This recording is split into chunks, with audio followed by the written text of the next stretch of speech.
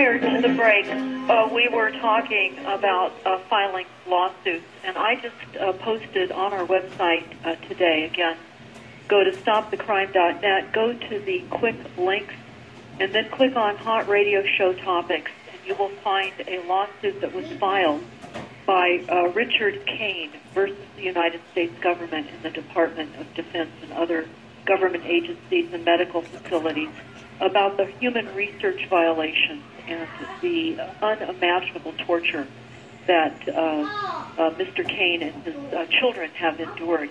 But I think it's important to note, and I think you may agree with me, Preston, that the lawsuit, as you said, will likely be thrown out based on national security claims by the perpetrators, the de facto U.S. Inc. government. And I would really recommend that everybody read The Great American Adventure, Secrets of America, by retired Judge Dale, to learn that our local, state, and federal governments are not real. They are all privately owned corporations calling themselves government. And attorneys know the court system does not serve the people and knowingly continue to extract money from clients who believe they are represented in a judiciary system, and they're not. And it's important to know, and Judge Dale will confirm this, that judges are privately employed administrators called judges, and the law is nothing more than their corporate regulations and statutes. So we're really in an illusion of our reality and in a virtual reality where everything is made up, everything is being orchestrated for us, and we're not. We're in such denial and such mind control already, Preston, that it's really hard to express the level and the enormity of what we face. Well, you're 100% right. 100%. And here's the thing, is many of the judges are human compromised and blackmailed, bought off and controlled. But I wanted to mention one more thing about the hiving of America, that we know that the design is to do it psychotronically with a full spectrum deployment, not just one thing, but a multimodal full spectrum deployment from every possible angle. The one missing piece of the puzzle that most people haven't put together is the fact that an essential part of this is the chemtrail spraying, the various exotic nanoparticles, which are actually quite toxic, which are sprayed, will be inhaled by people, will be eaten in their food, in their water, and a lot of this stuff goes through most water filters and will end up in their bloodstream and will cross the blood-brain barrier, and then will be flashed in the brain through these high-tech quantum means. So what we have is a situation where you have an illegal renegade black operations force which is using its own private fleet of defense contractor aircraft over much of the free world, spraying these things almost every day. We no longer have blue skies anymore. We have white, cloudy skies. And this right there is the key thing. If people can see that we're being poisoned above, and it isn't just enough that it's toxic, there's a long-term plan to use this as the keystone to the full-scale psychotronic attack on us. Well, Preston, I was looking at a book, and it is a free download on our website. It's called Mind Control by Lincoln Lawrence, and it's Were We Controlled? And I looked at this. This was written in the mid-'60s, and a Russian scientist is divulging the fact that they can use electrical impulses of any kind to influence human behavior. And he said, consider these revelations from a report titled The Effect of Electricity on the Human Body by the World Meteorological Organization. And this is what they say. Behavior. Traffic accidents raised 700 to 0 on days of high electrical charging in the atmosphere due to weather. And industrial accidents jumped 200 to 0 over ordinary days. And pain for chronically ill patients increases twice as much as they would normally experience. And amputees double their complaints of pain. And this is just what you were saying. This is what they're doing in the atmosphere with the chemtrailing. And Also, this is, of course, we know, redundant systems that are being deployed on us, as you said, from every single angle, and this is full spectrum dominance. And what we know is these climate action plans that they're deploying globally that require smart meters in all of our homes, require Energy Star RFID chipped appliances, and they're basing all of this, Preston, on the fact that we've got to sidestep global warming and change the climate. And that is the level of mind control that everyone is under.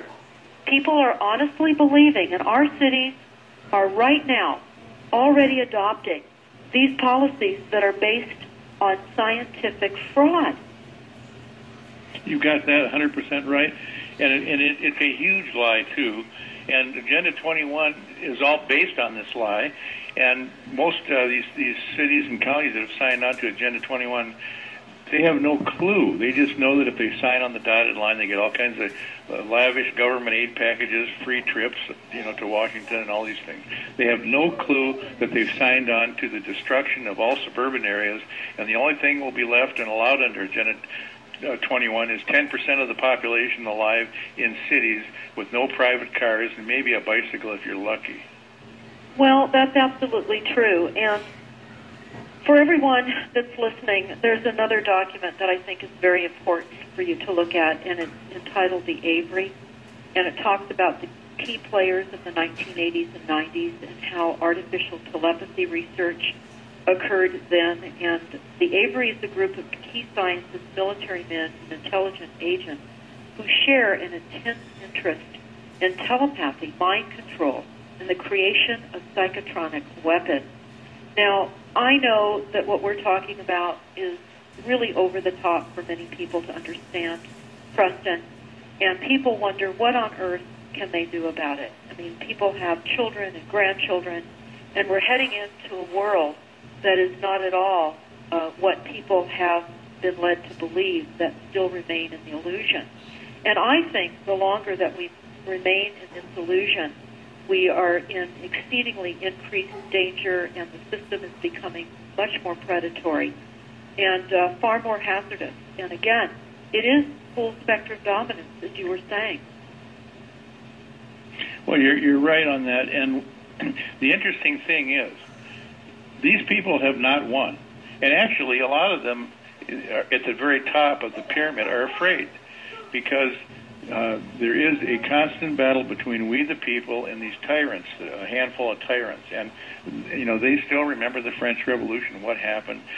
They know that if they lose control over the major mass media, it's over for them. And the alternative media on the worldwide internet has become a huge threat to them. If 12% of the people turn against them, they know it's over. Right now we're at 10%. And things can come unglued very fast. So what they're probably going to do is keep turning the thumb screws down on us with cutting the food off, cutting the water off, the old Kissinger solution, declare war through food and water and disease. So the fact that Ebola has now appeared on the scene, that doesn't surprise me at all. That's just another type of blackmail. And I think basically the message is to our government officials, you either get control or we're going to start releasing this. Yep, that's absolutely correct. Well, we're up against a break, and we're eager to get back and discuss Ebola for a moment or two.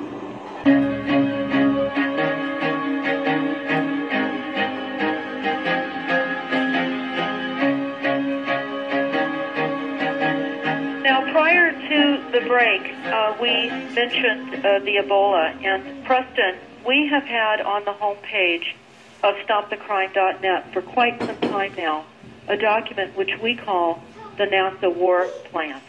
And when you look at that document on page 52, it talks about silent weapons systems, the use of bioweapons and the possibilities of bioweapons. And it lists a number of things. The first thing it talks about is aflatoxin, which is a fungus that grows to produce poison that causes cancer. And the next thing it talks about is airborne varieties of germ warfare. And it says Ebola, and it says the Lassa viruses. And then it also talks about the use of binary agents distributed via imported products, such as vitamins, clothing and food, just exactly what we've been talking about. It mentions genes and how the genes will be targeted with pathogens, either through and to individuals or to a complete society, as well as they talk about the long-term fingerprintless campaign that this will allow versus a shock and awe, meaning bombs and guns and bullets. So this is a planned and has been a long-term fingerprintless campaign. And the U.S. government even has patents that we have discovered now about the Ebola virus. But I wanted to have you comment about that if you had any more information on the Ebola. I know that they're using it as kind of as a psyops also. We never know for sure the degree of their capability of creating a pandemic, but we know that we're under mass attack with psychological warfare as well. In fact, I'm going to mention everyone should watch Psywar on YouTube, P-S-Y-W-A-R on YouTube, to understand how this has been systematically initiated and why we're having the conversation that we're having today, because this has been a redundant layer of programs and systems. So do you have anything to add about the Ebola virus? Well, just the rumors that they worked very hard at Fort Detrick Army Biological Weapons Lab to combine Ebola with the common cold virus and with smallpox, and apparently they were successful in both of those. The combination with smallpox is extremely nasty, and that could be delivered, from helicopters flying over a city or in subways or whatever. It's designed to get out of hand very fast and spread. So we really don't know what this Ebola is, but we know that our government has spent a lot of money developing many different kinds of organisms they can release. They have various plans that if they lose control, outside every major city in years past, they used to have special aircraft and helicopters designed to spray. They had three kinds of gases in case this was during the Vietnam riots where it started. The first was barbiturate gases that would put people to sleep for a number of hours. The second one was BZ, like boy zebra, which is a strong hallucinogenic, which was tested in Vietnam. People became so crazy, they did it to create super soldiers, and the soldiers became so violent they killed each other, so that failed. The third gas they had canisters of was VX, like very X, and VX is extremely lethal. That was sprayed in Vietnam to try to eradicate the prisoners of war. They didn't want any of them talking about the drugs in the secret wars in the Cambodia and Laos. So the government has always had backup routines to do this. However, what's happening is as people become more and more informed, this poses a huge problem because, as you mentioned, they want no fingerprints. Secrecy is paramount. If they lose secrecy, once the public is informed, it's only a matter of time and it's over for them, and they know this and they're frightened of it. And we're getting to that point now where the public is finding out, and once the public finds out, you're going to find open rebellion inside these hierarchies. In the past, people kept their mouths shut, did what they were supposed to do because they didn't want to lose their job. They wanted the retirement. But now as retirements are being stolen from them, they're not getting them anyway, there's a point where people are just not going to care anymore and they're not going to put up with it.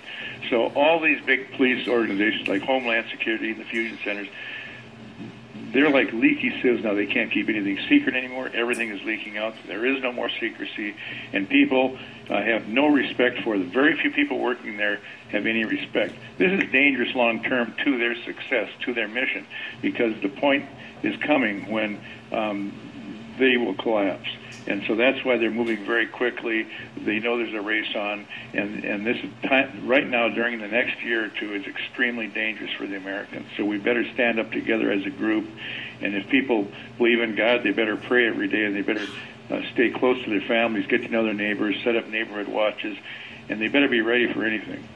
Well, that's absolutely right, because what I know many are most concerned about is the fact that once they're able to literally intrude into our brain. In fact, there's an important YouTube called Wires in the Brain by Rodolfo Lina, so that people understand how long they have been working on brain entrainment and the level in which nanoparticulates and nanotubes now play in that.